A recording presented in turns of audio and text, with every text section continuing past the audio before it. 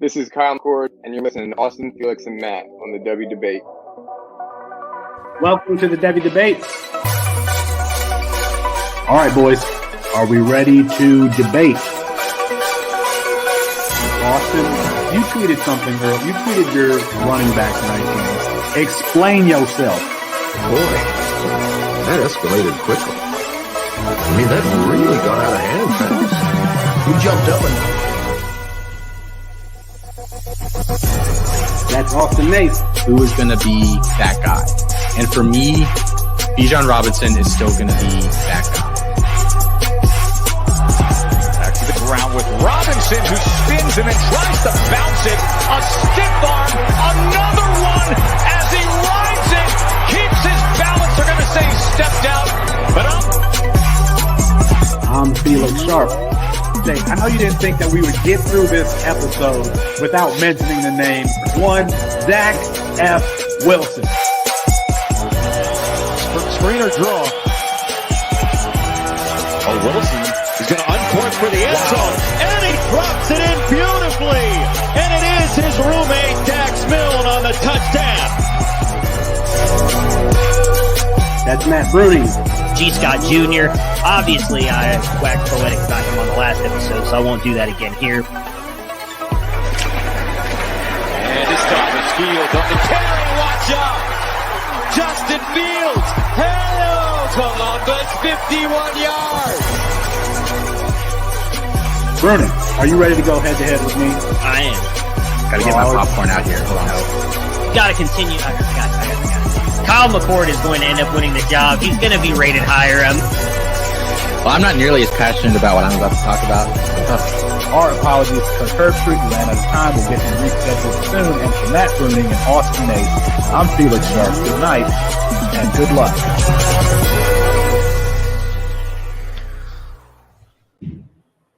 It's 9:30 Eastern time, or whenever we decide to release this. That means it's time for the Devy Debate, brought to you by CampusToCanton.com. On a totally thankful version of tonight's show, Jordan Travis and the future of Florida State. We continue our Heisman conversation, and we'll talk about what we are thankful for. But we're going to start with that Jordan Travis conversation. A horrible ankle fracture. I think we saw something similar with Dak Prescott a few years ago here. And, against an FCS Alabama opponent here. Matt, let me start with you. What do you make of Florida State, their chances in the playoff now that Jordan Travis is done for, the foreseeable future? I mean, if we're talking about the playoffs, I don't think that they have any real shot of competing. I mean, their defense against the pass is actually ranked 15. I'm sorry, is apparently 7th, which I find very interesting. 25th against the rush. Like, they're watching them play, I don't feel like their defense is that good personally, but according to our CFB winning edge stuff, or our C2C winning edge stuff, that is what we've got them listed at. But really, I think it's going to come down to that offense. I mean, Jordan Travis, in my opinion, has actually been having a pretty good year. I thought he was going to be the one who would take them to beat Louisville in the ACC championship game, and then if that happened, likely take them into the playoffs. I actually think there's still a chance that they would have possibly been left out, depending on how things went down with Texas, Ohio State, Michigan. If Washington stayed undefeated, they would have for sure locked up a spot. Georgia, Alabama. Like, there's a lot there I think would have been an interesting discussion with them, and I think now the committee has a reason to leave him out because of that. Granted, I guess the argument could be the Cardale Jones goes with Ohio State as the 3rd string quarterback and ends up winning the national championship. Different time back then. I don't think we had a dominant team in college the year that Cardale Jones was able to do that. But I just don't think this team has enough around what's likely going to be Tate Rodemaker as their quarterback. I don't think there's enough around him to really – I actually don't even know if they beat Louisville in the ACC championship game in 2 weeks. I think if that doesn't happen, they for sure won't make it. But even if they do, I'll be very intrigued to see what happens on that. What do they always do it on Sunday, right before the NFL games kick off? On that Sunday, who makes it in? And if Florida State is one of them, because I don't think that the team is good enough without Travis to – compete really in a playoff game. I don't think they should be left out if they go undefeated. You're going to have undefeated Georgia, undefeated either Michigan or Ohio State, undefeated Washington, Florida State, excuse me. If it shakes out that way, I don't think that they let Florida State. The fact that their quarterback is not healthy should not preclude them from being in the playoff conversation, in the actual playoff, if they do go undefeated. I would be disappointed in the committee if that turned out to be true. Chris, talk to me. I guess I want to have this conversation about Jordan Travis himself, because we are a Devy show, a player-centric show. I don't think that he was a high-round NFL draft prospect, but he does have that. I mean, there would be some allure to him in the same way that there was some allure to Jalen Hurts late in the process after Oklahoma. You know, he has a dual threat ability. He was a senior, probably a Senior Bowl candidate. Do you think he's better, or is he a better or worse NFL prospect than, say, Jake Haener, who went in the fifth round? I think Haener had some kind of obvious flaws to his game. I don't think anything is really special about Jordan Travis. He's just like a quality college quarterback who's had a ton of injuries. That's what he is, and that's fine. That's good enough to get you to the playoffs if he's healthy. And we have some of those guys sometimes. Chris Leak, Jason White. I mean, some of those guys are just good at college players. There's no shame in that. It's just he's just not at high end, and I don't think he has been a high end NFL guy at any point during the process. I want to continue this conversation really quick about Florida State, because I have Keon Coleman in a lot of spots. Thank you to the Up Next podcast. I have Keon Coleman, and the fact that he played basketball and football at Michigan State, Michigan State is a great basketball school. So the fact that he was a good enough player to play basketball at a true blue blood basketball school had me intrigued. But now I'm wondering if I should get on the old exit strategy, even if he goes in the first round, Matthew, because I've heard Austin compare him to Alshon Jeffrey. I've heard him compare him to Brandon Marshall. My concern is that he might be N'Keal Harry.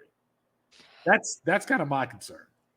I mean, let's be honest. Look, I was not a N'Keal Harry fan coming out, unfortunately, much like another Matt who had Hakeem Butler ahead of him, and that didn't work out. I was very much with Mr. Waldman on the Hakeem Butler love, but I was not really a big fan of N'Keal Harry, but I also think him going to New England killed him as well. Like, if we're being honest, I think he's a better player than what his NFL talent showed.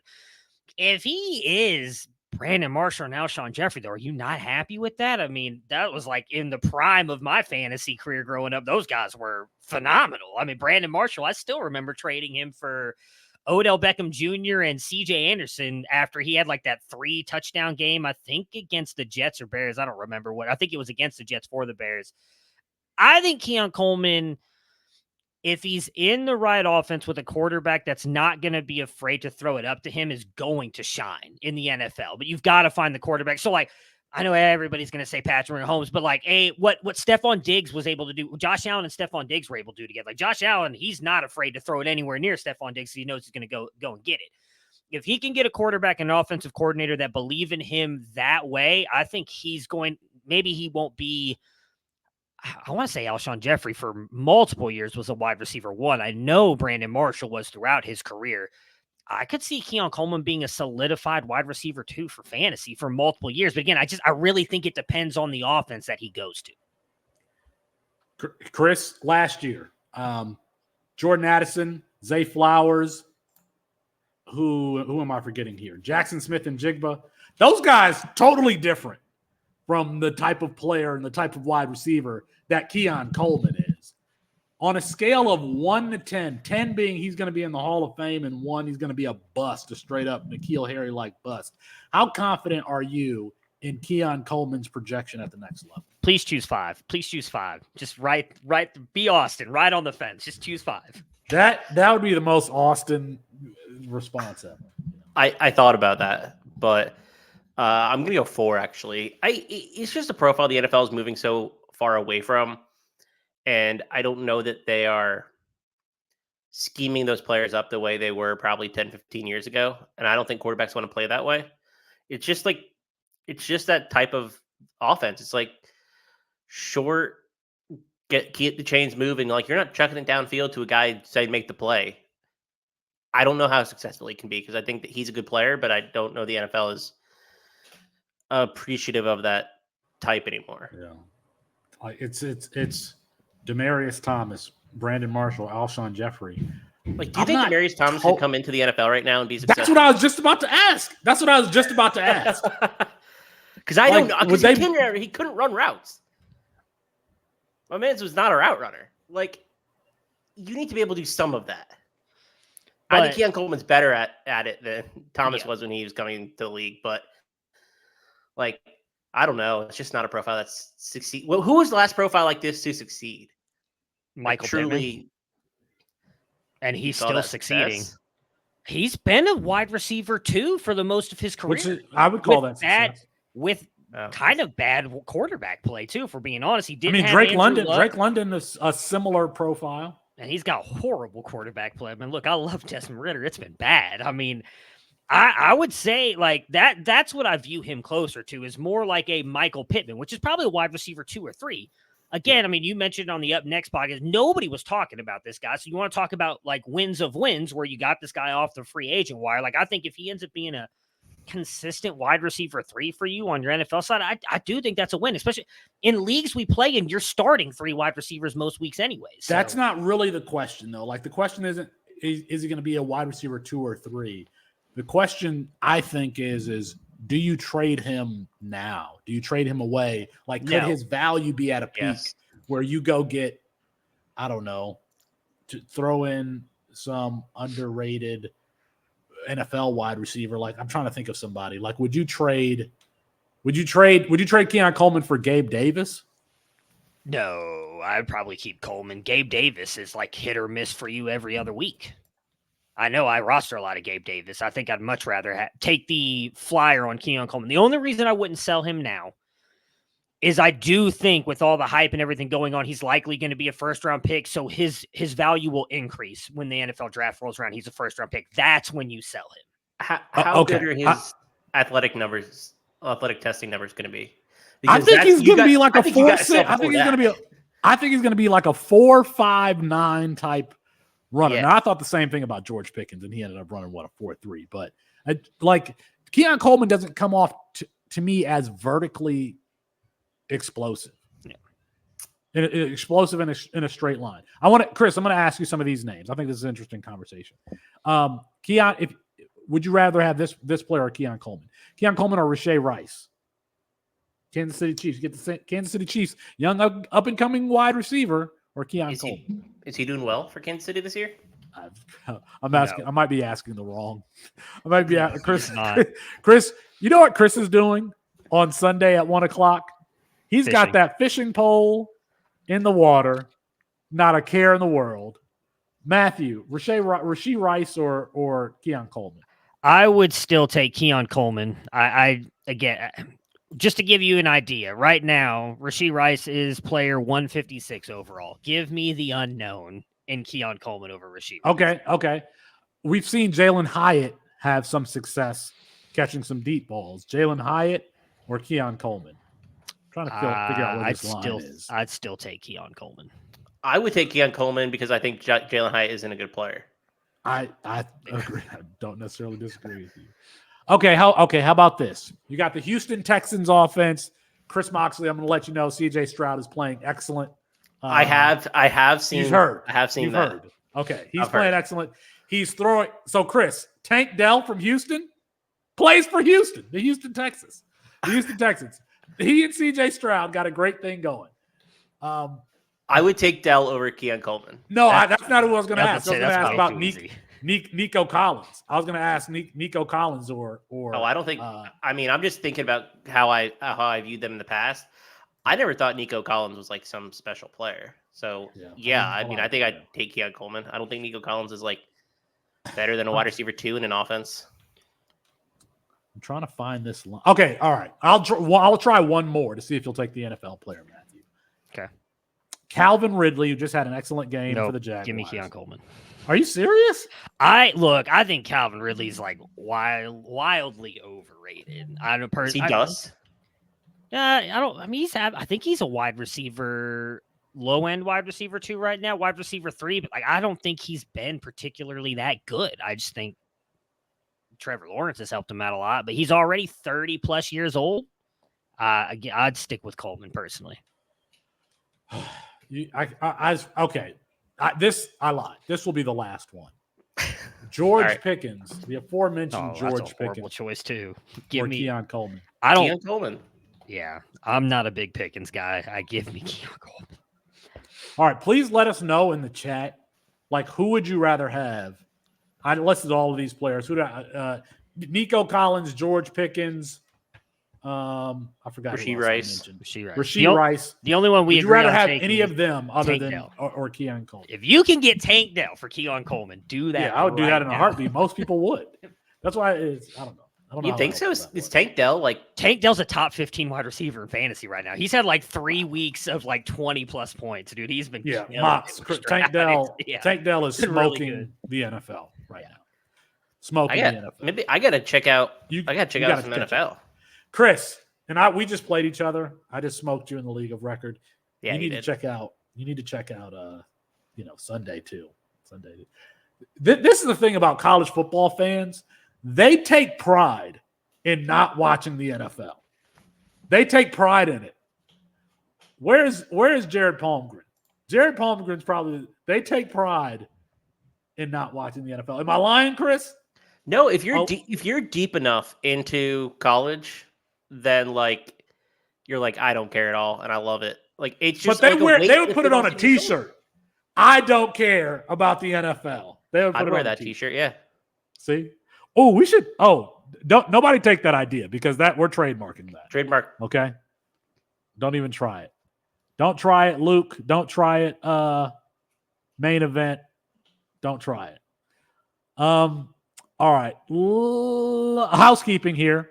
We're almost at 2,000 subscribers now. We just had a big boost in subscribers, and it was not because of anything that we did. We posted that.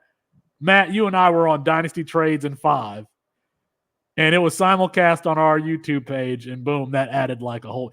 We should just sell our souls and just turn this into a Dynasty Fantasy Football show, and we would make everybody famous. But no, help us get to 2,000 subscribers. We are working on the freshman guide right now, so that's going to be ready come March. But if you want to check out the best place to get depth charts for 133 FBS teams, statistical projections, spread projections, rankings for between 600 and 700 college players, if you are considering trying C2C, the format for the first time, you got to check out campus2can.com. Comparison charts, athletic tools compare. Let's say you've got Justice Haynes, the freshman running back at Alabama that they seem content on redshirting this year, and you want to see what his NFL athletic comparables are, you can do that at campus2can.com. I don't know another place where you can do that. So go ahead and check out the website if you haven't already. It looks like we are headed towards a Washington and Oregon Pac-12 championship. Washington still has the Apple Cup this coming weekend. This weekend is going to be great, by the way. But we're a player-centric show, Matthew. I just saw a mock draft with Michael Penix Jr. being taken by the Atlanta Falcons at like 8, even after y'all told me, that he sucks since 2020. Who gets drafted higher, Michael Penix Jr. or his opponent in that Pac-12 championship game, Bo Nix? Isn't that the thing he does? That's but it's actually going to be Bo Nix. That's the thing. Yes, thank you to the listening audience who's not watching. They know watching on YouTube and subscribing. I did Michael Penix. He just did the celebration, the archer move that Michael Penix. It really doesn't look like a bow and arrow when he does it, but sure, yeah. If you want to say it's a bow and arrow celebration, but I still think he was a high school archery champion. Michael Penix. Was he? No. His accuracy outside of Kalen DeBoer would have said no. That would have been a great fact if it was true. I still think it's going to end up being Bo Nix. I think it's going to be the injury history for Penix. People will talk themselves into the system that he plays for as well, and how Kalen DeBoer is able to get those wide receivers wide open at times. And I'm going to be honest, GMs talk about it all the time. They care about that recruiting pedigree and everything. Bo Nix having the 5-star, having a good freshman season, and then now back-to-back years in Oregon with a team that people didn't expect to be this good. I think he is still going to end up getting drafted ahead of Michael Penix.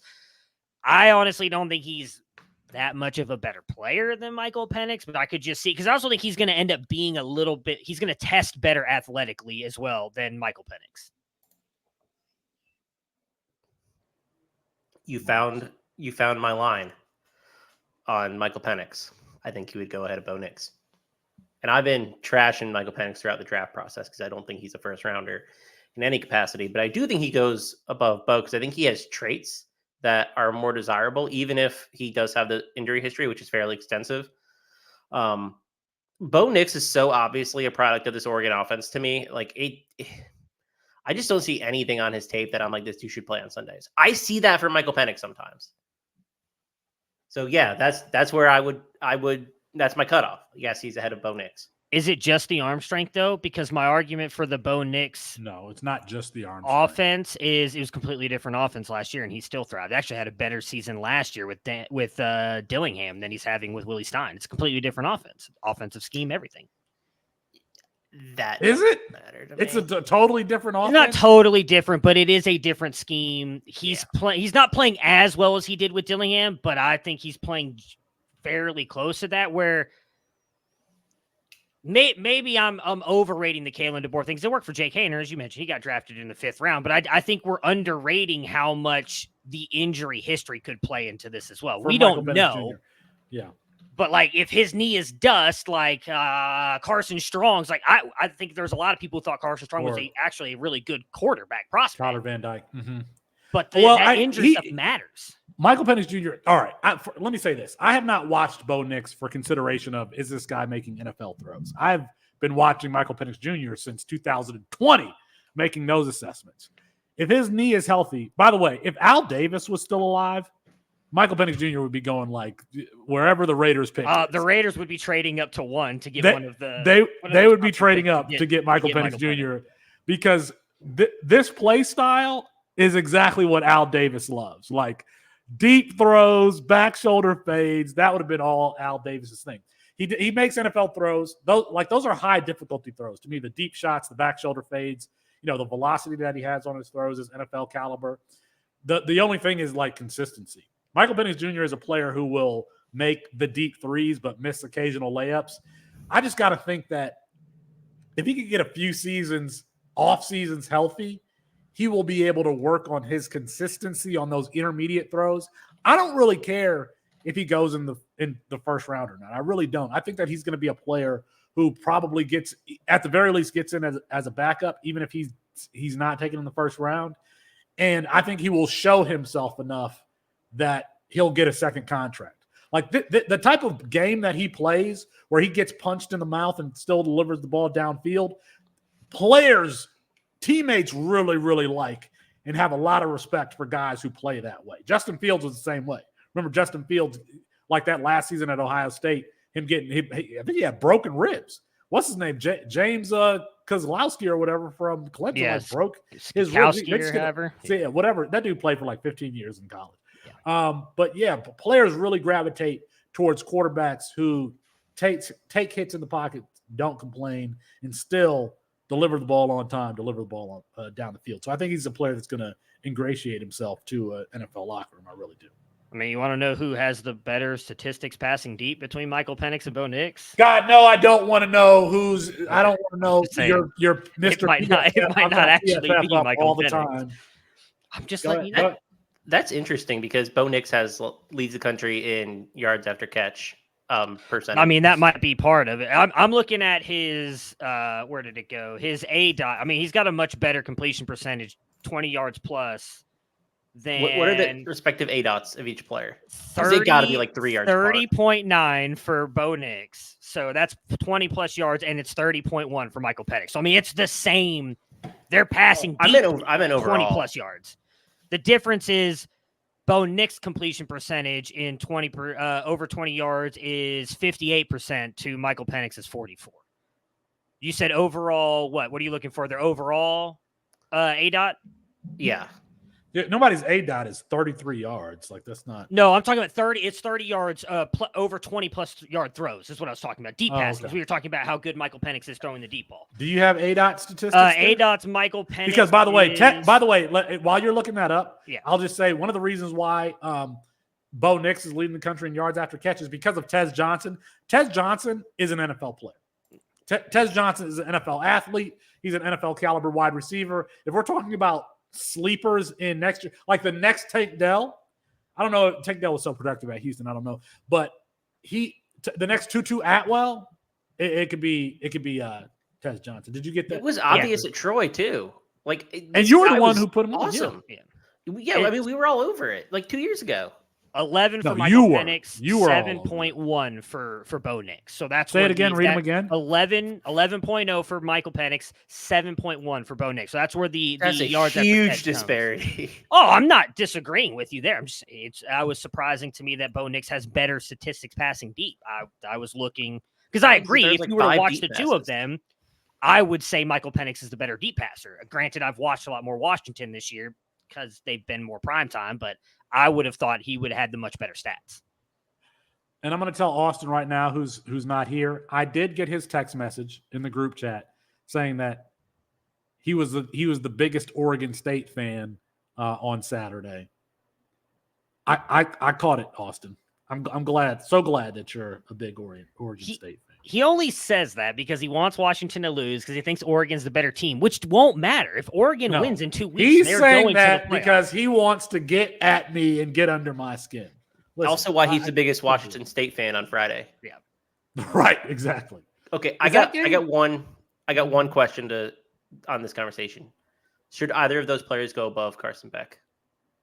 No, and I'm not but even that Carson big a Beck's- Carson Beck fan, and I would say no. Carson Beck.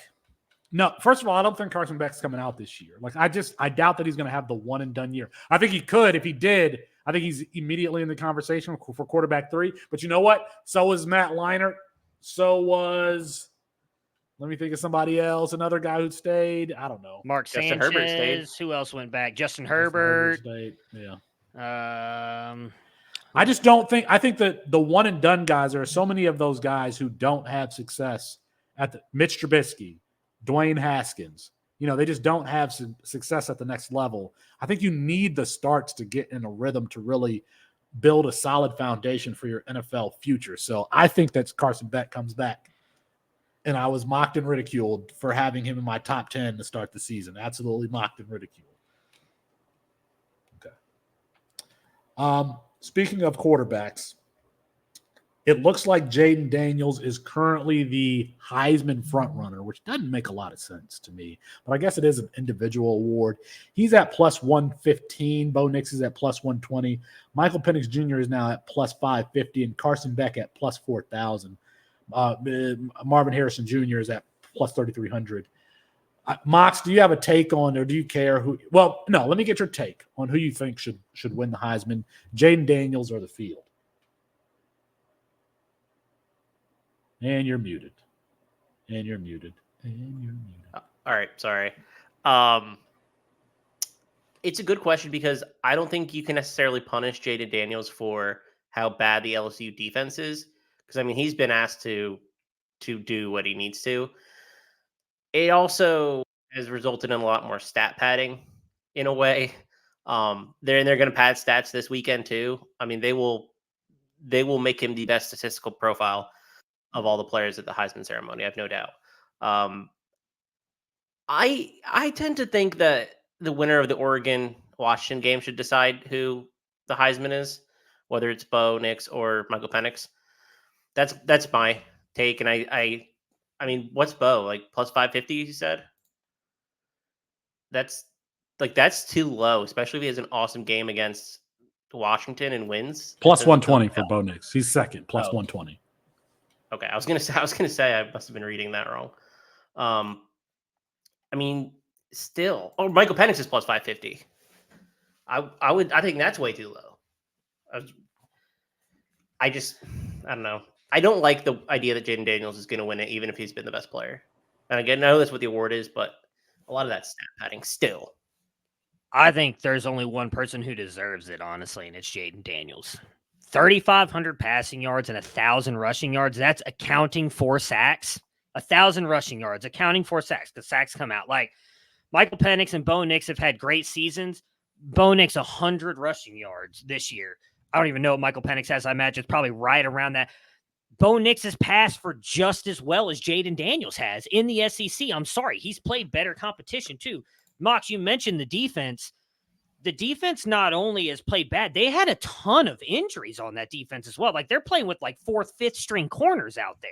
And Jayden Daniels has been keeping them in games. They haven't been blown out, at least not that I can remember, against anybody. He's kept them in every game.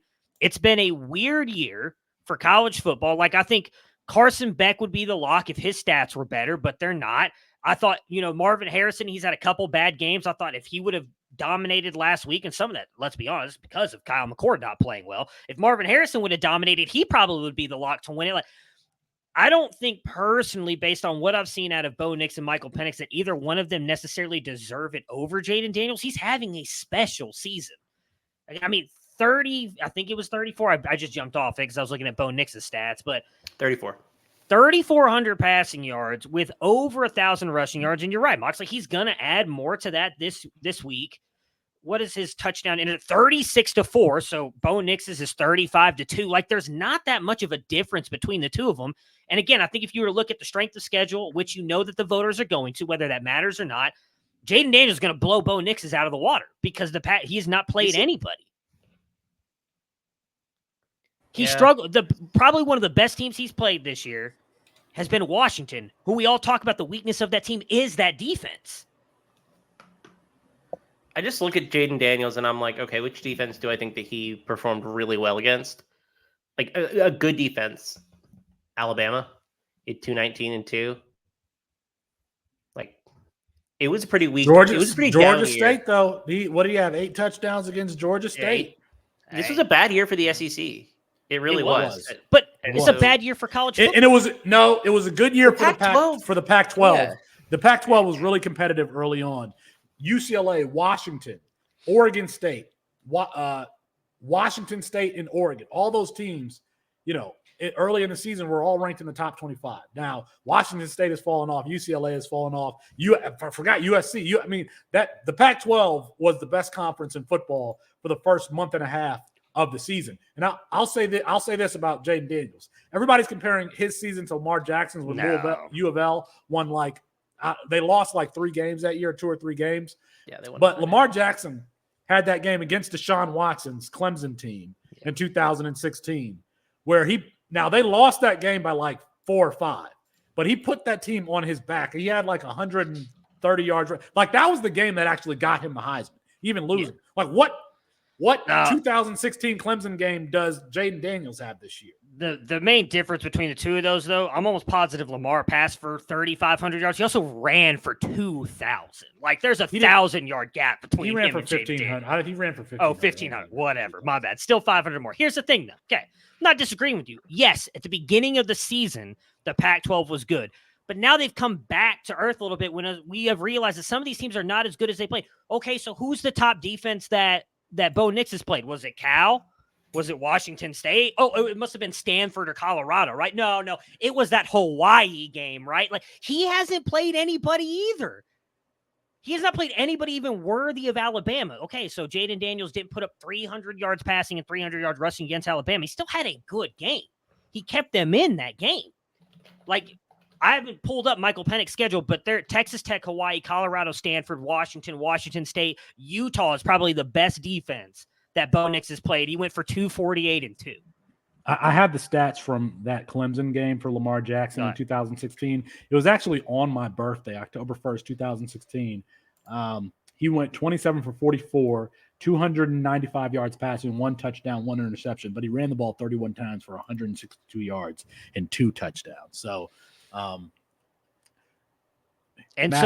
I'd argue the same thing with Michael Penix. So real quick, the best team the best defense, according to our statistics and everything that he played this year, was Oregon State, where he put up a whopping 46% completion percentage, 162 yards and 2 touchdowns. You want to give him some slack because of how bad it was raining? Fine.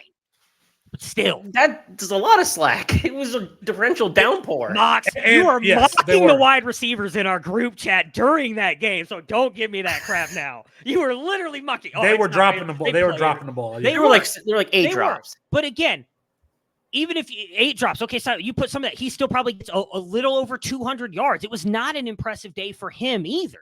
And that was by far the best defense he's played in Oregon State. Alabama's defense is better. So, neither one of these guys has the resume either. That's where I say it was a bad year for college football. Like, nobody has set. If we had a Caleb Williams of last year, this year, it would be very easy. Caleb Williams is the Heisman winner. We don't have that. Like, it's just a very, I hate to put it this way, like, bland college year. And with the fact that we don't have anybody who's really stepped up.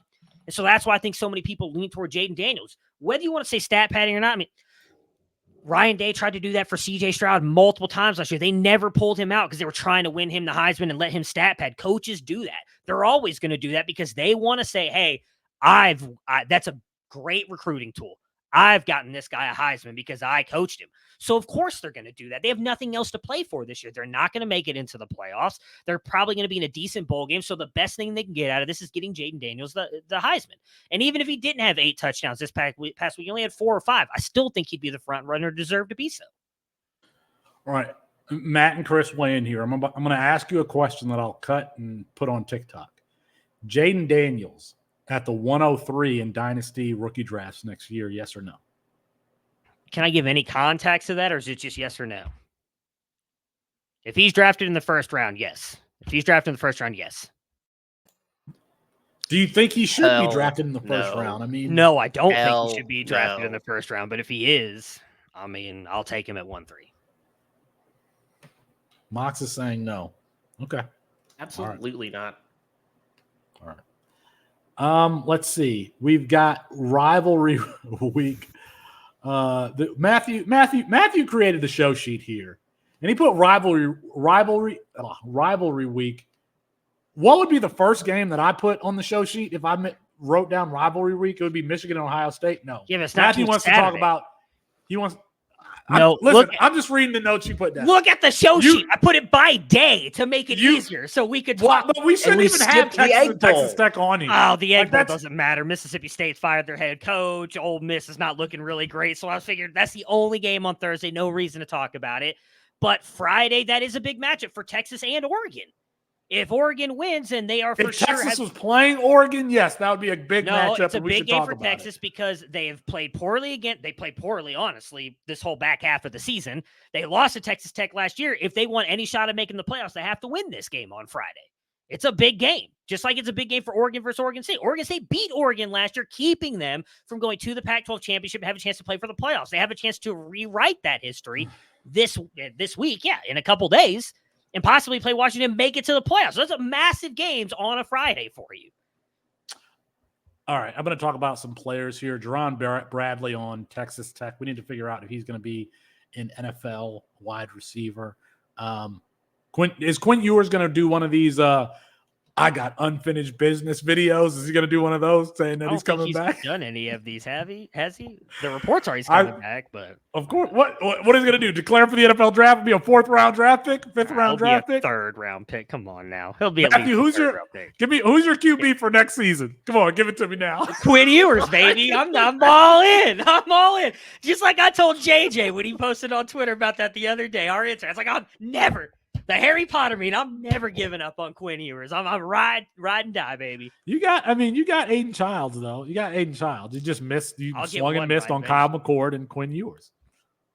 That's fair, I guess. You guys should have seen our group text when they were touting Quinn Ewers, and I'm like, show me what throws. You keep bringing this up. I'm going to go back and screenshot it because I still have it of me posting those throws and you even admitting, okay, that was actually a good throw. There was one throw that I think he rolled out on a smash concept. Yeah. And he hit somebody, on a corner route. And I'm like, that's a fine throw. But every other one you sent me was like, I would expect every single recruit in the top 20 of the 24/7 rankings to be able to make this throw. But they don't always make them.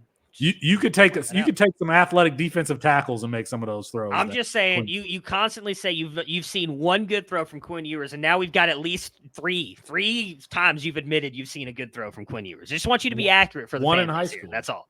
One in high school, One to Jatavian Sanders, and I don't remember what the other one was, but there was I don't know how to talk about Texas Tech and Texas. We're going to watch all these players. Is Adonai Mitchell, a day 2 NFL draft pick? Maybe CJ Baxter. How did CJ Baxter play against Iowa? That's one game that I got to go back and watch.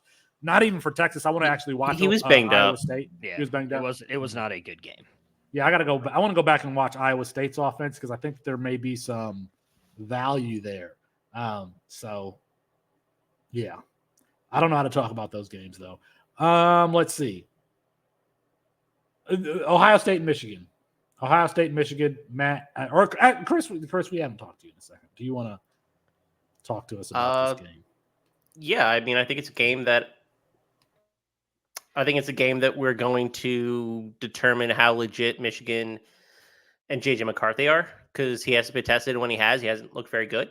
I think he's been a little banged up, though.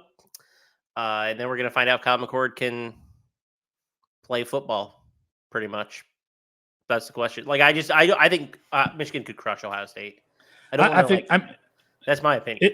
I think it's going to be a boring game. This I don't know what the over/under is on this game. I'd like to. Somebody can look that up. But Michigan is going to be so conservative in this game. They might pass the ball.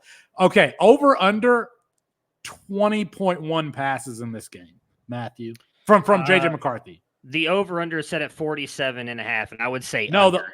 Passes. Yes, I'm going under on JJ McCarthy and under probably on the scoring. I think this is going to be all about running for both of them. It is going to be for both teams.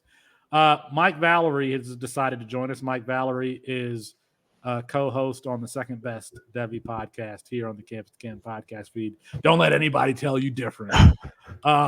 Mike, you want to give us your – this is what's happening here, folks. Everyone's trying to get the recording out of the way before the holiday season. And so we're all using the StreamYard at the same time. Yeah, we are. Mike, what are your thoughts on this Michigan-Ohio State game as we get here towards the end of the season, towards the game? So like JJ McCarthy needs to step up if he wants to go to the NFL draft. I feel like they're going to have to feature him a little bit more than they did, during the 7-pass game. So I think there's going to be more throwing involved here. The over-under for passing, I don't know, but probably 200, 250. I think he has it in him, but just because he hasn't done it this year yet, it's just because they haven't asked him to do it yet. So I think he can get over that hump. I just don't know how far over. Mike, you were not here earlier. You just invited yourself here to the show, which is fine. Totally fine. We asked this question earlier. Jayden Daniels at the 103 in Dynasty rookie drafts. What do you think? I still don't think he's a first-round QB. There's still about 3 years there of no improvement, which I think is still somewhat of a red flag, even though he has taken a really big jump this year. So there's a really still big question over why did development take so long to happen? So I still think he's definitely improved his stock. And if you want to argue he's QB3 in the class, I think that's a fine argument. I don't know if he's a first-round QB still. There's still some questions about him. So at the 103, yeah, I think that's a little crazy. But a first-round dynasty rookie pick, I think that could be fine, a back end of the first. Thank you, Mike. I love to be validated, so it was nice to hear that opinion. Felix, what did you say you thought his over/under on passes would be? 21.5 is okay. 21.5. Okay, that changes it one whole number. You know how many times he's thrown more than 21 passes this season? How many? 5. And the only reason I say 5 is and none in the last 3 weeks, though. No, I don't. In the last 3 weeks, technically, yes, he did go over. Actually, twice in the past 3 weeks. 24 attempts against Maryland. Against 37 who? Did Blake Corum get banged up last week? Did I imagine that? I didn't watch that game. I thought he got hit and he came back, but he was still down for a while there. So if they have if Blake Corum's not 100%, I think you could probably assume they're not going to put it in the hands of Donovan Edwards. So I feel like they can throw a little bit. Donovan Edwards beat Ohio State by himself last year. I would not. That was last year. This is a whole new year, Matt, and he is not the same guy. He is not. I mean, he wasn't. Yeah, that's true. He was much better last year than he has been right now. But I would not be surprised. I don't think they're going to put it in JJ McCarthy's hands. I personally think the strength of the Ohio State defense is that secondary. I think they'd be stupid to trust JJ McCarthy to win them this game. Personally, Denzel Burke 100%. No, he's not. But I still think that secondary is what it is. Well, we might as well just it looks like the whole clan from Back to Devy might be coming on here. Corey, if you want to, you can come up. Mike, you might as well just stick around for the end of the show. We're almost done here. Let's talk about players that we are hopeful to see during the bowl season. Mox, you want to start us off? I really hope we get to see the true freshman quarterbacks. Highlighted Aiden Childs because I think DJ might sit. I don't know what he'll do, but I'd really like to see Aiden Childs. But more so, I think I want to see Jackson Arnold. I Nate Marquise is going to yell at me at some point and say they're not going to sit Gabriel in his final game. Didn't Nate Who Marquise already went say out? he's Who out? went He's out injured. last week? Yeah. Dylan Gabriel went out last week. For like the year? If I read Nate's tweet right, it sounded like they're getting Jackson Arnold the rest of the year. So I would think so. Man, I got to catch up on some stuff. Well, if Jackson Arnold is starting, he's the guy I'm most excited to see because I thought he looked just as good as Dylan Gabriel this year, and I think he could be pretty special. And there is zero chance that Caleb Williams is going to play on the bowl game. But the question is it going to be Miller Moss or is it going to be Malachi Nelson? I kind of think that it's going to be Miller Moss who starts that bowl game. I really do, because he's been the backup. Like he like if coaches are playing a merit game, and they should be, I think it would be Miller Moss who's going to start that game. And by the way, and if he does, he could be, next year's Carson Beck, where here's this guy who's getting his turn late in his college career, but if he shows out, he might be one of these guys that, hey, you have to draft him in your freshman and supplemental drafts because he might be the starting quarterback for USC next year.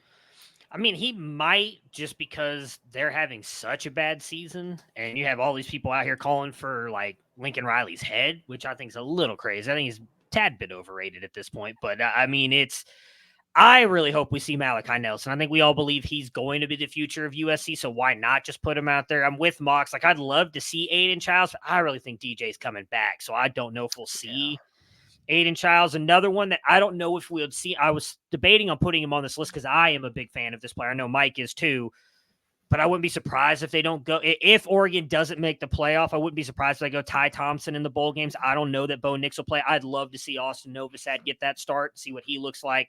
The other guy put on here is Kedrick Riscano. We haven't seen much of him. I don't think Quinshawn plays in the bowl game. There's no reason for him to with the season he's had. I think he's going to test just fine. So I think maybe we get a chance to see Riscano in the bowl game kind of take over that main running back role there for Ole Miss.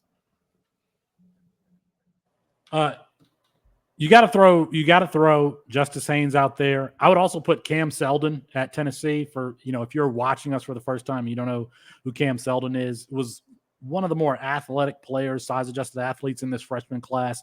He's a guy who played like a Debo Samuel type running back in high school, and they've converted him to running back full time. Or excuse me, he played a Debo Samuel type wide receiver in high school, and they've converted him to running back. And a guy that was drafted highly in freshman and supplemental drafts, given that athleticism, a rocked up dude who, you watch his high school tape, he is moving at a different speed entirely than the rest of the guys around him. So I would throw him out there. I have not been playing. Is TCU bowl eligible? I don't know if TCU is bowl eligible, but I'd also throw Cordell Russell, another athletic wide receiver for TCU there who hasn't gotten any playing time. DeAndre Moore at Texas, a guy who could really run after the catch, played at Los Alamitos with Malachi Nelson and who was the other wide receiver? Who was the wide receiver from Los? Mekhi Lemon. Yeah. They're both are there at USC. TCU would have to beat Oklahoma, by the way, to become they're 5-6. So to become bowl eligible. So maybe him. Jackson Arnold starting this week. You never know. Oof, Jackson Arnold, boy, that's I got a lot riding on this Jackson Arnold playing well. Game. I would like to see Garrett Riley call some plays there for Clemson. Can we get some of that? Because it's not his offense. It's pretty bad. Anyway, but besides the obvious of seeing all the freshmen we haven't seen this year, I don't know, dude. The teams that are not putting it together, I'd like to see them at least try something different for the last game of the year just to see if they can have something stick. You know who I'd love to see as well, but we probably won't? Your guy's boy, Lenora Sellers. I mean, I imagine that Rattler probably starts the bowl game, but he will. It'd be nice to see Lenora Sellers is going to rip the face off of college football if he starts. And I can't wait to see Nelly's face when he goes, 16 for 21 against U of L. Not U of L, ULL, like Louisiana or something like that in some bowl game. Is South Carolina bowl eligible, Chris? I think they got to beat Clemson this week, but you never know. You never know. Dang, that would be great for his development. They smashed Clemson last year. Maybe they do it again. Yeah, I actually think we see some Nick Harbor in the bowl game because I think Leggett will sit out. Get there. I don't know where he came from. That dude is a beast. Antoine Wells? Do me neither, and I've sat. Yeah, Antoine Wells might play this week too. Yeah, that'd be interesting to see.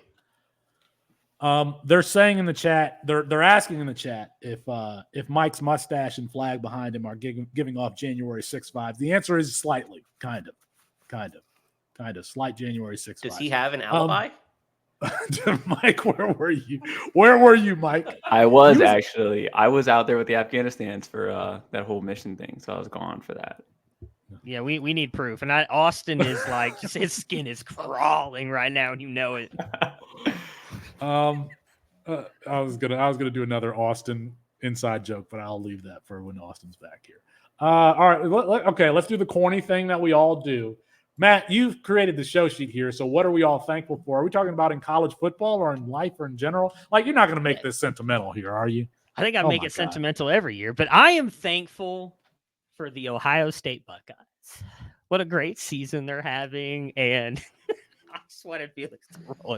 No, I'm actually thankful for what an incredible season it has been. I mean, I mentioned earlier there was kind of a bland season, but I think that's more because we have not seen a dominant college football team take over, which for us, at least in my opinion, has made this college football season so much more fun. I personally cannot wait for the 12-team playoff next year. I think that's just going to boost college football more into the national highlights, and I think it's going to be better for the college football game in general. So I'm just very appreciative for everything that has happened this year with college football. Obviously, all you guys as well. I will take it to a sentimental way. Like, you guys have stepped up for me in a massive way this year, and it's meant a lot to me. And I think a lot of people in our family, in our group, realize everything that you guys have been doing. So I'm very thankful for you guys and everybody that supports us. It's been a great year, and I'm looking forward to 2024. Chris, signing off. Chris, what are you thankful for? I'm thankful for Lenore Sellers every time he steps on the field. Dude looks like a beast. Was that only 2 games? 2 games and 3 throws. Oh, 3 games. He does. I if I'm going to be sentimental, I think I am thankful for just the support that we've continued to receive from a very small community, and we've heard from like third parties, outsiders that we've tried to partner with, that the growth of this thing isn't possible. And I think that you guys who watch and support what it is that we're doing, we're growing, in big and small ways every single year. So I'm appreciative for those who have latched on here in this last year, and those who've been with us from the beginning. Appreciate it. All right, Mike. You're welcome, Felix, by the way, for being here from the beginning. You're welcome. But I'm grateful for my co-host Corey. Actually, we've this is about to be episode 69 today. Can I get a nice? Nice. Very nice. Yes, very nice. But Corey's been a great co-host. He doesn't come on and make flamboyant, insane claims the way some other co-hosts do. So I really appreciate we don't have to walk too much stuff back or have a lot of bodies buried in the backyard. So super thankful for Corey for doing that on the premier Devy show of Campus to Canton. And I'm also thankful for actually Campus to Canton giving us a platform, because you guys, I don't know a lot of people know this, but I did a solo pod for like 5 months. That's tough. So very thankful for Campus to Canton giving me a platform. So Corey and Mike celebrating episode 69 with each other, and nice.